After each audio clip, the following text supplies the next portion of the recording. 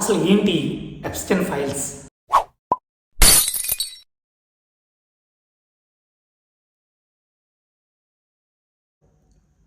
Epstein files అంటే ఏంటి? ఇది ఇప్పుడు ఎందుకు బయటపడ్డాయి? 2019లో జెఫ్రీ ఎప్స్టైన్ జైలులో ఆత్మహత్య చేసుకున్నాక అతని కేసు ముగిసిందని అందరూ భావించారు.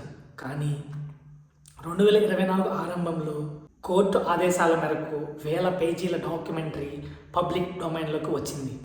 ఇవే ఎప్స్టైన్ ఫైల్స్. ఇది ఎప్స్టైన్ రాసిన డైరీ కాదు. బాధితురాలు వర్జీనియా జెఫ్రీ ఒకప్పుడు గిస్లెన్ మ్యాక్స్వెల్ని వేసిన కోర్టు పత్రాలు. ఇన్నాళ్ళు రహస్యంగా ఉంచబడిన ఈ ఫైల్స్ నెట్వర్క్లో ఉన్న 150 నుంచి 180 మంది ప్రముఖులు పేర్లు ఉన్నాయి. ఈ పేర్లు బయటకు రాగానే ప్రపంచం మొత్తం ఒక్కసారిగా ఉలిక్కిపడింది. ఎందుకంటే వీటిలో ఉన్న పేర్లు సామాన్యుల వ్యక్తులకు కాదు, ప్రపంచంలో ప్రభావితం చేసేవంటి పేర్లు ఇక్కడ పేర్కొన్నారు. దానివల్ల ఈ ఎప్స్టైన్ ఫైల్స్ బయటకు రాగానే ఉలిక్కిపడేలా చేసింది.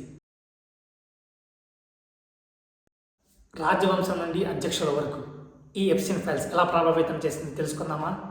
ఈ ఫైల్స్లో అత్యంత వివాదాస్పదంగా మారిన పేరు బ్రిటన్ రాకుమారుడు ప్రిన్స్ ఆండ్రూ. బాధితురాలు వర్జీనియా జెఫ్రీ ఇచ్చిన సాక్ష్యం ప్రకారం ఈ ప్రిన్స్ ఆండ్రూ అతన్ని అనేక ప్లేస్లో లైంగికంగా ఆధారాలతో సహా బయటపెట్టింది. దీనివల్ల బ్రిటన్ రాకుమారుడు ప్రిన్స్ ఆండ్రూ తన రాజరిక హక్కులను వదులుకోవాల్సి వచ్చింది. అలాగే ఈ పత్రాల్లో అమెరికా మాజీ ప్రెసిడెంట్ బిల్ క్లింటన్ కూడా ఉన్నారు. బిల్ క్లింటన్ ఆ ఐలాండ్కి వెళ్ళారని, అతనికి చిన్నపిల్లలు అమ్మాయిలంటే అమితమైన ఇష్టమని ఈ ఎప్స్టైన్ ఫైల్స్లో పేర్కొన్నారు. ప్రముఖ scientist Stephen Hawking, physician David Copperfield వంటి పేర్లు కూడా ఈ ఫైల్స్లో కనబడడం వల్ల సంచలనం సృష్టించింది. డొనాల్డ్ ట్రంప్ మరియు ఎప్స్టైన్ మధ్య సంబంధం. ఎప్స్టైన్ ఫైల్స్లో ప్రస్తుత రాజకీయ నాయకుడైన డొనాల్డ్ ట్రంప్ పేరు ప్రముఖంగా వినిపించింది. 1980, 1990 దశకాల్లో డొనాల్డ్ ట్రంప్ మరియు జెఫ్రీ ఎప్స్టైన్ మధ్య చాలా సన్నిహితంగా ఉండేవాళ్ళని, కలిసి పార్టీలు చేసుకునేవారని అనేక రూమర్లు వినిపించాయి. అదేవిధంగా ఒక ఇంటర్వ్యూలో స్వయంగా ట్రంప్ మాట్లాడుతూ ఎప్స్టైన్ను టెరిఫిక్గా, ఇతనికి నాలాగే అందమైన అమ్మాయిలంటే ఇష్టమని, మరీ ముఖ్యంగా చిన్నపిల్లలంటే బాగా ఇష్టమని ఒక ఇంటర్వ్యూలో తెలిపారు. అయితే బాధితుల సాక్ష్యం ప్రకారం కానీ, ట్రంప్ ఆ ఐలాండ్కి వెళ్ళినట్టు కానీ, ఈ ఫైల్స్లో ఉన్నట్టు కానీ ఎక్కడా రుజువులు లేవు. 2004లో ఆస్తి గొడవ కారణంగా ఎప్స్టైన్ మరియు డొనాల్డ్ ట్రంప్ విడిపోయారు. కానీ అంతకుముందు ఉన్నటువంటి సన్నిహిత్యం, స్నేహం అనేక అనుమానాలకు దారితీస్తుంది. ఇంకా ఫైనల్గా వెర్డిక్ట్.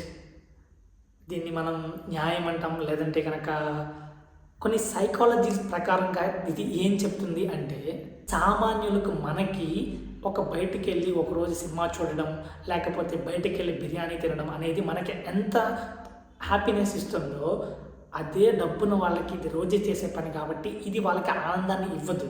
సైకాలజీ ప్రకారం చెప్తుంది. హెడనిక్ అడాప్టేషన్ అనే సైకాలజీ ప్రకారం అపరిమితమైన అధికారం, డబ్బు ఉన్నవారికి సాధారణ ఆనందాలు బోరింగ్గా అనిపిస్తాయని, అప్పుడు వారు మరింత షాకింగ్ మరియు నిషేధిత పనులు వైపు మొగ్గు చూపుతారు. నేను చెప్పింది అర్థమైంది కదా?